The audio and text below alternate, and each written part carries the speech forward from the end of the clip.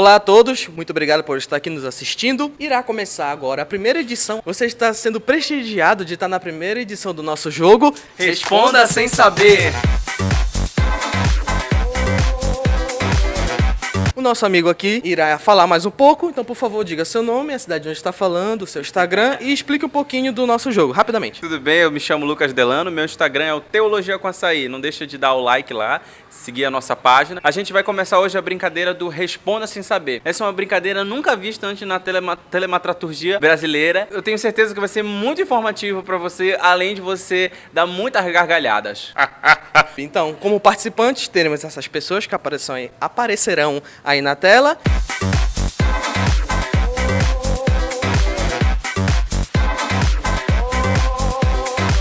E como jurada, teremos Paula Araújo. Por favor, Paula, compareça aqui. Que produção chama lá? Como tu quiser ter um cabelo aqui pra não ficar feio. Então aqui é a Paula, por favor, Paula, fala um pouco sobre você, sua formação, o que você tá fazendo aqui. Fica à vontade. Oi, eu sou a Paula. Desculpa, Paula, deixa eu só lhe explicar como funciona esse microfone. Ele não funciona assim, funciona assim, tá? Você tem que falar na direção do logotipo. Gente, eu sou a pior juíza. Fala aqui, ó, nessa direção. Oi, gente, eu sou a Paula. Pra quem não me conhece, me segue lá no Instagram. Eu vou ser a juíza aqui nessa brincadeira super legal, tá bom? Então fiquem ligadinhos que vai ser top. Tá, pode paurar. Paurar, né? Vamos dar início ao nosso Responda Sem Saber. E o sorteado que irá responder na primeira rodada será Lucas, da área de Ciência da Computação. Por favor, Lucas.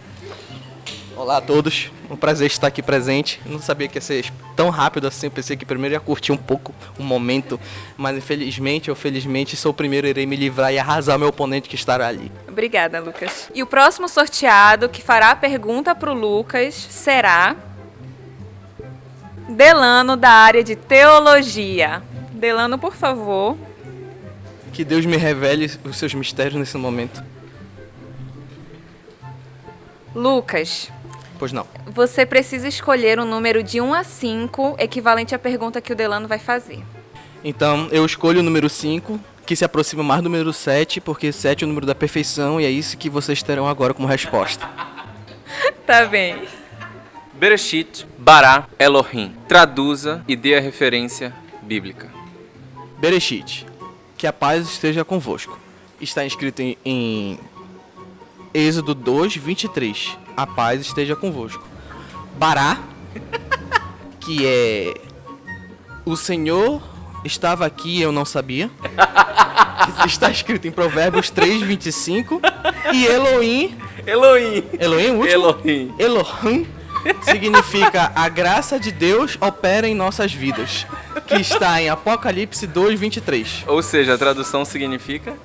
Isso que eu falei. A tradução toda. Bereshit, Bará, Elohim. Bereshit, que é a tradução toda. Sim, fala por inteira a frase. Esse foi o contexto, mas a tradução toda diz que toda honra e toda glória seja dada a Deus. Pode verificar aí. Pois por favor, juíza, faça o seu veredito. Só para esclarecer que as perguntas já foram respondidas anteriormente e eu já tenho todas elas. E segundo a pergunta do Delano, Bereshit bara Elohim significa no princípio criou Deus. E a referência está em Gênesis capítulo 1, versículo 1. Eu acho que eu mereço um pouco porque eu falei de Deus aí, né? Faz parte aí. Julgue, por favor. A sua nota vai levar em consideração, levei em consideração, na verdade, a desenvoltura, a criatividade, por isso você ganhou a nota 3.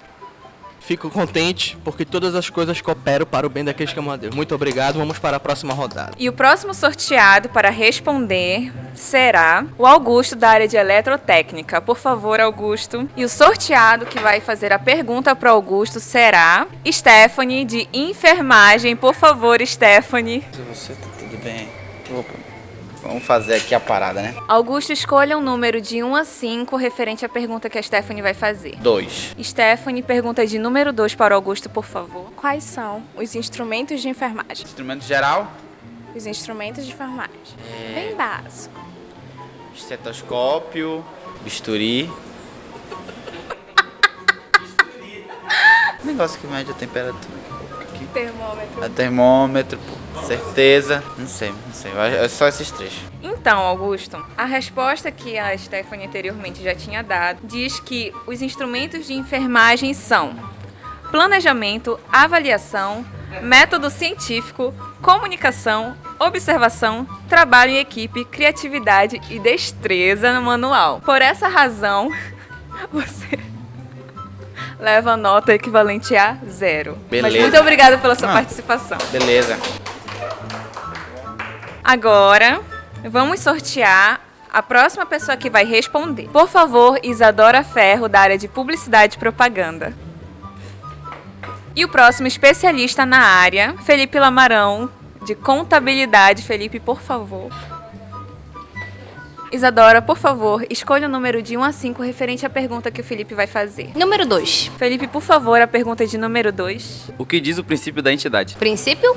Da entidade. Bom, o princípio da entidade na contabilidade é uma nomenclatura que nós utilizamos, né, para explicar como é que funciona os numerais. Os numerais dentro desta área, porque nós sabemos que é muito complexo, né, ter que fazer as contas, usar fórmulas e tudo mais. E esse é uma nomenclatura, né, muito complexa. Tivemos um acidente aqui. Desculpa estar rindo aí, vocês vão ver o vídeo depois, mas o Felipe não, o Augusto acabou de cair aqui, mano. Ele foi pular aqui e escorregou. Eu tô fazendo o vídeo e não estou ajudando porque já tem muita gente ajudando, não vão me julgar. Ele foi correr pra pular, mano, pisou na água e pá, não sei se dá pra ver o barulho captando o áudio ali. Claro que tá dando. Quebrou o óculos dele aqui. Quebrou o óculos? No meio? Não quebrou, acho que E aí pessoal, tudo bem? Aqui é Lucas Delano. Eu tô passando para te convidar a seguir o nosso perfil no Instagram, @Teologia com Açaí. Nós vamos postar semanalmente material relevante de teologia, eu tenho certeza que você vai gostar. @Teologia com Açaí. Um forte abraço, tchau, tchau. Voltamos dos nossos intervalos comerciais após um pequeno imprevisto. A pergunta que o Felipe fez foi: o que diz o princípio da entidade? Isadora, por favor, responda novamente. Então, o princípio da entidade dentro da contabilidade, né, é uma nomenclatura que nós utilizamos para entender melhor como é que funcionam os numerais dentro das fórmulas que nós precisamos utilizar para fazer os cálculos, né, dos nossos clientes. Felipe quer rir? Não entendo o motivo. Então, Isadora, segundo a resposta do Felipe, o princípio da entidade fala que não se pode misturar pessoa física com pessoa jurídica. Mas por conta da sua imaginação fértil, você vai levar 1 ponto, porque sua imaginação é realmente assim uma coisa de outro mundo. Obrigada. Muito obrigada. Muito obrigada, gente. Então, gente, por conta do imprevisto, o acidente que tivemos agora há pouco, 2 dos nossos participantes precisaram ser retirados e desclassificados aqui do nosso Responda Sem Saber. Então vamos dar continuidade com Isadora, Lucas, Delano e Felipe. O próximo sorteado para responder será Felipe, da área de Contabilidade. Próximo sorteado para fazer a pergunta da sua especialidade será Isadora, da área de Publicidade e Propaganda. A vingança. Tudo bom? Felipe, escolha um número de 1 a 5 referente à pergunta da Isadora, por favor. 1,3. Brincadeira, 2. Isadora, por favor, faça a pergunta de número 2. Pergunta número 2. No design gráfico, nós temos padrões de cores. Qual a diferença entre o padrão RGB e CMYK? E quando usar cada um? Explicando por que se diz CMYK e não CMYB. Ei, mas essa pergunta não valia, mano. Não era só o que é, o que é? Sem Mickey, com Mickey.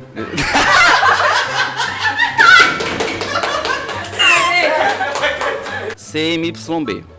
A CMYB, ela não é usada na característica de cores do deserto. Por quê? Só fala aqui, porque vai ficar muito estourado o áudio. Aqui é 1 palmo de distância assim. Por quê? Fala só que tu quiser, mas é 1 palmo de distância isso. Por quê? Tu parou no porquê? Porque no deserto o sol é mais forte. E com Mickey, não, sem Mickey, seria de noite porque não tem sol. E tem que falar sem Mickey e não... Qual é o outro nome lá? CMYB, porque a pessoa perde muito tempo falando CMYB. Então ela fala sem Mickey. Ou com Mickey, dependendo da posição onde ela esteja, entendeu? Com Mickey, sem Mickey. Felipe, eu vou perguntar mais uma vez porque você está esquecendo algumas coisas. No design gráfico, nós temos padrões de cores. Qual a diferença entre o padrão RGB e o CMYK? E quando usar cada um, explicando por que se diz CMYK e não CMYB. Você já explicou por que se diz CMYK e não o outro lá, que é muito longo. Agora você precisa dizer qual a diferença entre o padrão RGB e o CMYK, por favor. O RGB, ele vem aprofundado mais num tom meio sobretom. Num tom sobretom, entendeu? Então, o RGB, ó, RGB, como já diz, o nome já fala. Responsável brasileiro. RGB, né? RG, responsável geograficamente brasileiro. Tem que ter verde, amarelo e azul. Se não tem, é o CMYK. Felipe, segundo a resposta da Isadora anteriormente, o padrão RGB é composto de 3 cores. R, red, vermelho, G, green, verde, B, blue, azul. O padrão CMYK é composto de 4 cores. C, ciano, M, magenta, Y, yellow, amarelo e o K, black, preto. O RGB é usado em monitores e o CMYK é usado para impressão. Usa-se CMYK pois a última inicial representa a cor preta e, como sabemos, preto em inglês é black. Então, para que não se confunda o B de blue do RGB, usa-se o K do black para fazer a representação. Ninguém falou que era pra fazer pergunta de concurso, mano. Só tinha metido o pau.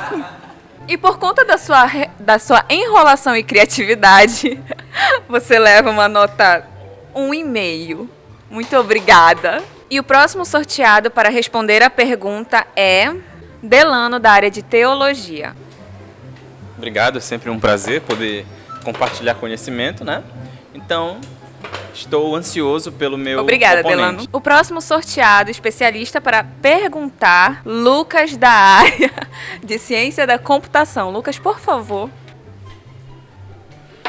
Delano, escolha o número de 1 a 5 referente às perguntas do Lucas, por favor. Tá, eu escolhi o número 3. Lucas, sua pergunta. Por que no lago há sapinho? E... Vamos lá. Delano. Pergunta número 3 para você, da área de Ciência da Computação. Qual a diferença de memória RAM e memória ROM? Bom, sabemos que a memória RAM, como já diz a sigla, Rapid, Ameltic Memory. Então, RAM, Rapid Ameltic Memory é um tipo de memória que ajuda o seu computador a desenvolver as suas tarefas básicas. Porém, o ROM é casa, né? Home. Então, o que deve ser ROM. É isso. ROM. Eu preciso saber as diferenças e não os conceitos. Vamos falar sim. diferenças. É porque eu estava só testando o canal. Bom, a diferença entre a RAM e a ROM é que a RAM ela é uma memória rápida e a ROM é uma memória lenta. Afinal de contas, você está em casa, descansando. Então, trouxeram esse conceito para o mundo da informática com a intenção de significar que o computador está em modo de descanso. Quando você aperta o botão descanso, aquela luazinha, como é que fica stand-by, você ativa a memória ROM em casa, home. A pessoa está descansando, a pessoa, no caso, o computador, né? Então, se você quiser que o computador funcione rapidamente, você ativa a memória RAM. Se você quiser que ele entre em modo de stand-by, descanso, você ativa a memória home. Delano, segundo a resposta do Lucas, memória RAM significa memória volátil e memória ROM significa memória não volátil. Mas, por conta da sua capacidade de imaginar e criar enrolação e suas teorias, eu vou lhe dar a nota 2,5. Tá bom, tá ótimo, obrigado. E o próximo sorteado para responder será Lucas, da área de Ciência da Computação. E o próximo especialista sorteado, Felipe, Ixi, da lá área vem a de matemática. Contabilidade. Lucas, escolha um número de 1 a 5, por favor. Me dê, por favor, o número 1. Felipe, pergunta de número 1. Lucas, Mande. qual o objetivo da contabilidade? Essa é uma pergunta até mesmo, né? Que vou passar vergonha se não responder, porque não é uma pergunta bem específica do curso. Então vamos lá. O objetivo da contabilidade é exatamente o quê? No mundo existem as empresas, certo? E essas empresas, elas precisam contar os seus gastos. Planejar o seu gasto para obter um lucro futuro, até mesmo o gasto com funcionários, o gasto com a estrutura, etc. Então, a contabilidade, ela vem justamente para ajudar aquele empresário a calcular os seus gastos, se ele vai gastar muito, se ele vai gastar pouco, prevendo os seus lucros e seus prejuízos. Então, toda vez que eu tiver uma empresa, eu preciso de um contador. Para quê? Para fazer isso. Além disso, o contador ele pode também fazer imposto de renda. Ele pode chegar e montar o seu imposto de renda, né? Que você declara várias coisas lá, você busca nos seus milhões de filhos espalhados pelo mundo os seus custos e assim reduzir seu imposto de renda. Então, conte com o contador. Então, Lucas, segundo a resposta do Felipe, o objetivo da contabilidade é controlar o patrimônio das entidades. Por motivo de desenvoltura, criatividade, você realmente buscou na sua memória tudo que você sabia sobre o assunto, você ganha uma nota 10. Opa, graças a Deus. E agora, o próximo sorteado para responder será Delano, da área de Teologia. E o próximo especialista sorteado será Isadora, de Publicidade e Propaganda. Isadora, por favor. Delano, por favor, escolha um número de 1 a 5. O número de 1 a 5. Eu escolho o número 1. Isadora, por favor, pergunta de número 1. Sabemos que a tipografia é essencial para dar ordem estrutural à comunicação escrita. Baseando-se nesse conceito, explique o porquê deve-se usar uma fonte serifada e onde usar. Bom, a tipografia, até onde eu me lembro, o meu avô tinha uma gráfica, então ele tinha os tipos, né? Você colocava várias letras dentro de um molde, você colocava aquilo em uma máquina e saía a impressão com as letras que você organizou. Então organizava por tipos, né? Eu acho que é basicamente isso, tipografia. A fonte serifada é, como diz o próprio termo, né? Serifada. Ou seja, tem relação com a mitologia do mundo das fadas, do mundo dos encantos e dos duendes. Então, seri significa com. Serifadas, com as fadas. Então é o tipo de fotografia, de serigrafia que você imprime contos infantis.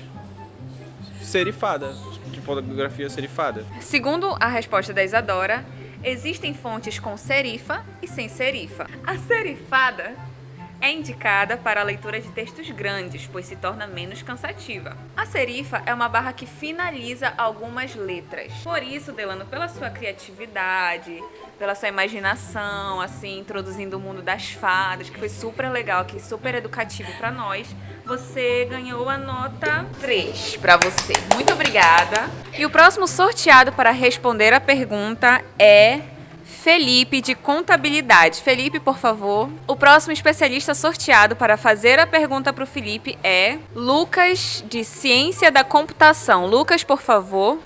Na hora. Felipe, escolha uma pergunta de 1 a 5 referente às perguntas do Lucas, por favor. Número...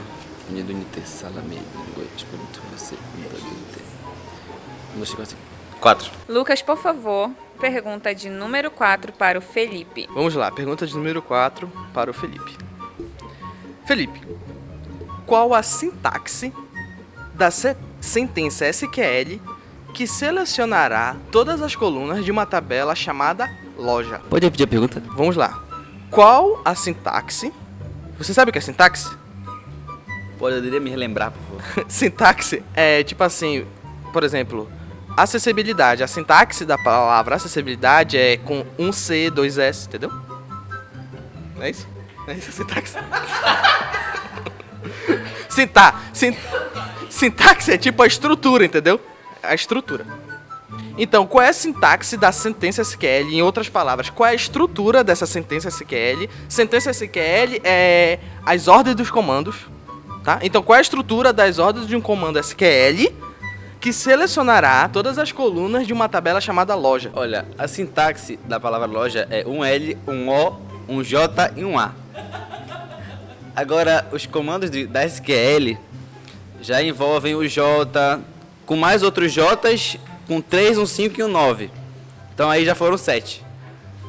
Então, só foi no J. Falta o L, que tem o O também, né?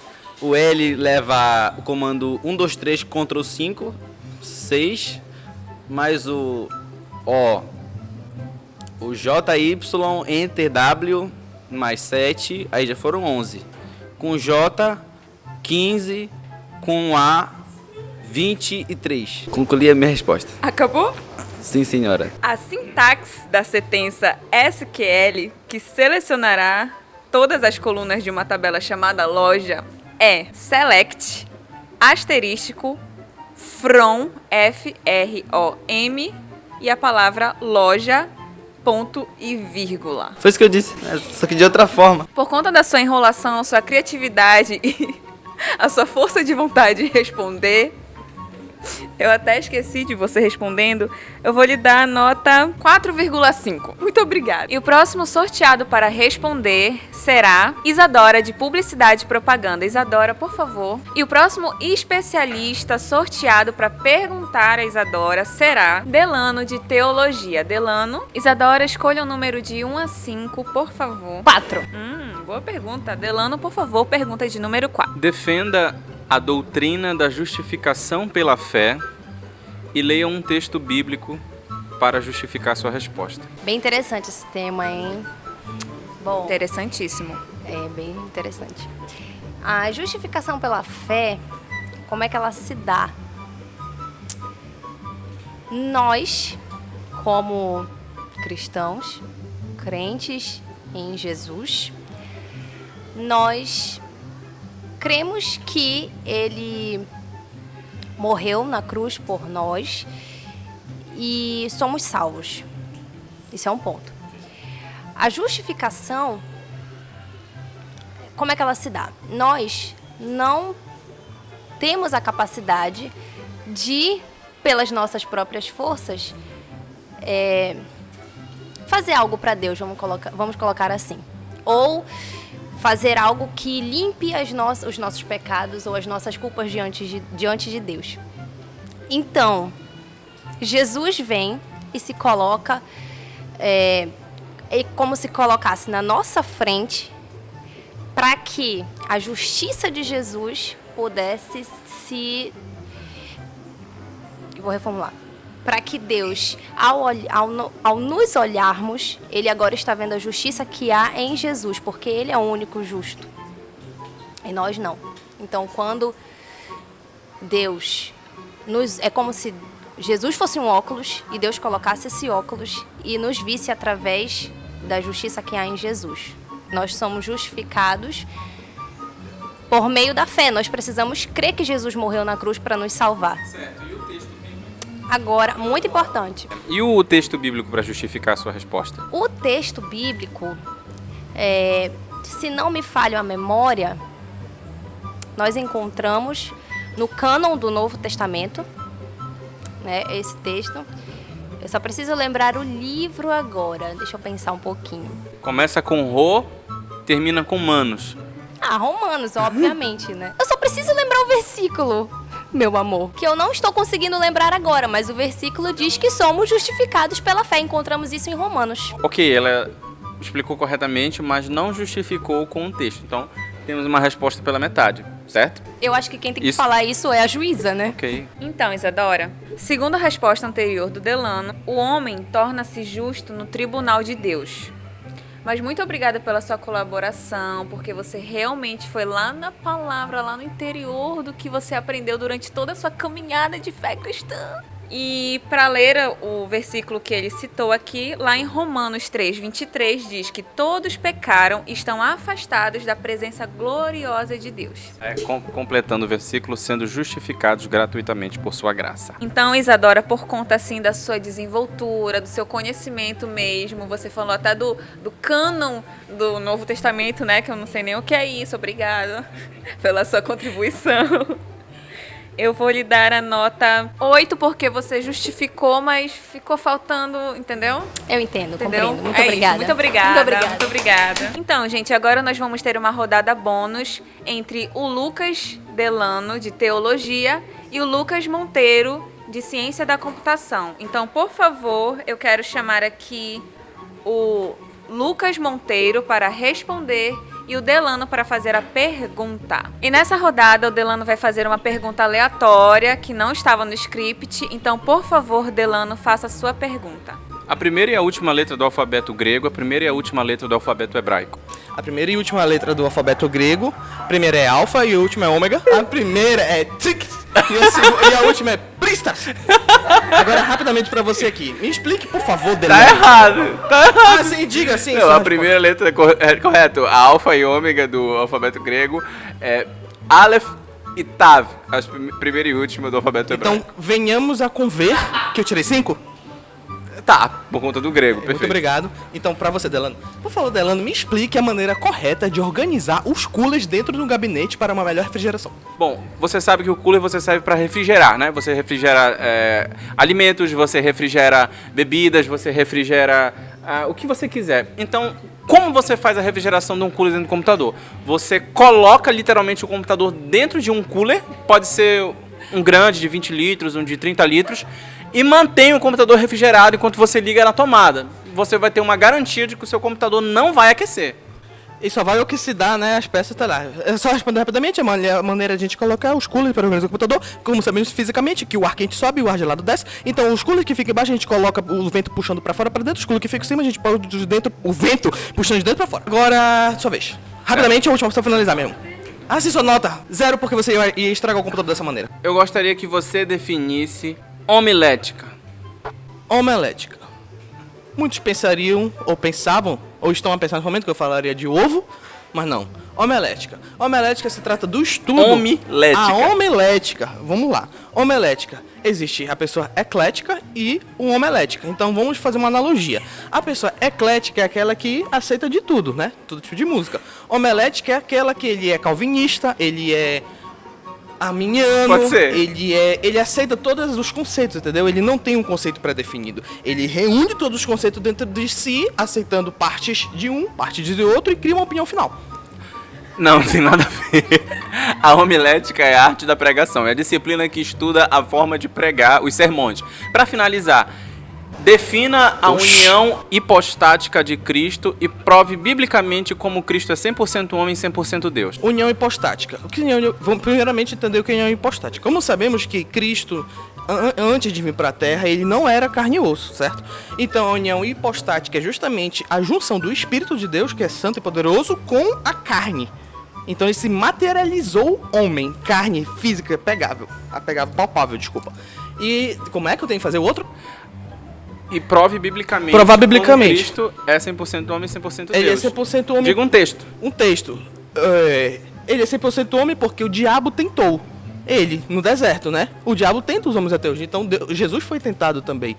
E diz lá que pule daqui se tu és Deus, eu te darei tudo isso aqui. Transforme, tá com fome, né? Tava de jejum, Deus lá no deserto. Transforme a pedra em água, a pedra em pão. E água. Então isso provava que Jesus, no caso, ele era 100% homem, sentia fome, porque Deus sente fome. No caso ele falava que ele ore para que Deus transforme essa pedra em pão. Isso, ele falava, entendeu? Então ele sentia fome. Ali é uma prova de que ele era 100% carne. Certo. Outra prova era que ele sentiu dor na chicotada, no crucifício. Correto. Então é isso. Perfeito. A união hipostática nada mais é do que a afirmação que Cristo é Deus e homem ao mesmo tempo. Você pode comprovar que ele é homem através dos registros bíblicos que mostram a humanidade de Cristo, né? Que ele era uma criança, ele sentia fome, enfim, ele sentia medo, foi crucificado, morreu realmente fisicamente, mas ele também era Deus por conta dos seus atributos. Ele efetuou vários milagres, como a ressurreição, como curas e etc. Isso demonstrava o lado divino e o lado humano de Cristo ao mesmo tempo. Portanto, a sua nota é 8. Tá, muito obrigado. Agora vamos finalizar o vídeo por aqui. Eu queria chamar todo o elenco que participou desse vídeo aqui, por favor. Falando sério, agora, esse aqui foi o primeiro vídeo, eu não sei se vai dar certo, né? Às vezes as melhores ideias surgem assim do nada. Ah, vai contar a história do futuro. Esse aqui é toda a galera que participou, né? Esse é um amigo da minha igreja. Não tem ninguém além da igreja aqui. E aí, eu acho que todo mundo se apresentou no início, tá aí o canal de todo mundo. Esse rapaz aqui tem um canal de teologia, mesmo que pegue 20 views esse vídeo, pelo menos dos 21 vai se inscrever no teu canal. E tem geral aqui, a gente é isso. Então esse foi o primeiro Responda Sem Saber. E foi meio desorganizado, aconteceu alguns imprevistos, milhões, mas essa é a primeira edição, piloto. Se der certo, a gente reúne outra vez e faz mais uma. E valeu a todos, muito obrigado. E o vencedor do nosso primeiro Responda Sem Saber foi o Lucas Monteiro, da área de Ciência da Computação. Representando aí todo o clã Java, PHP, Python, é isso aí, entendeu? Estudem, se dediquem, que assim vocês vão ganhar nos joguinhos que fazem com os amiguinhos.